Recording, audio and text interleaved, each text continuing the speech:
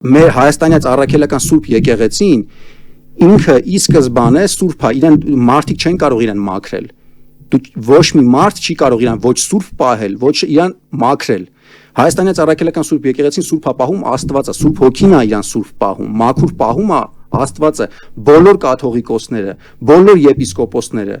Գրիգոր Լուսավորչից սկսած մինչև Գարեգին II մեղավոր մարդիկ են, լիքը մեղքեր են ունեցել ու ելի ունենալու են լիքը մեղքեր։ Դրանից հայաստանյաց առաքելական Սուրբ եկեղեցին չի դադարում Սուրբ լինել։ Նիկոլ Փաշինյանները իրենց հարձակումը որպեսզի հայ ժողովրդին հիմնավորեն, ներկայացնում են, որ այս ինստիտուտը Սուրբ չի,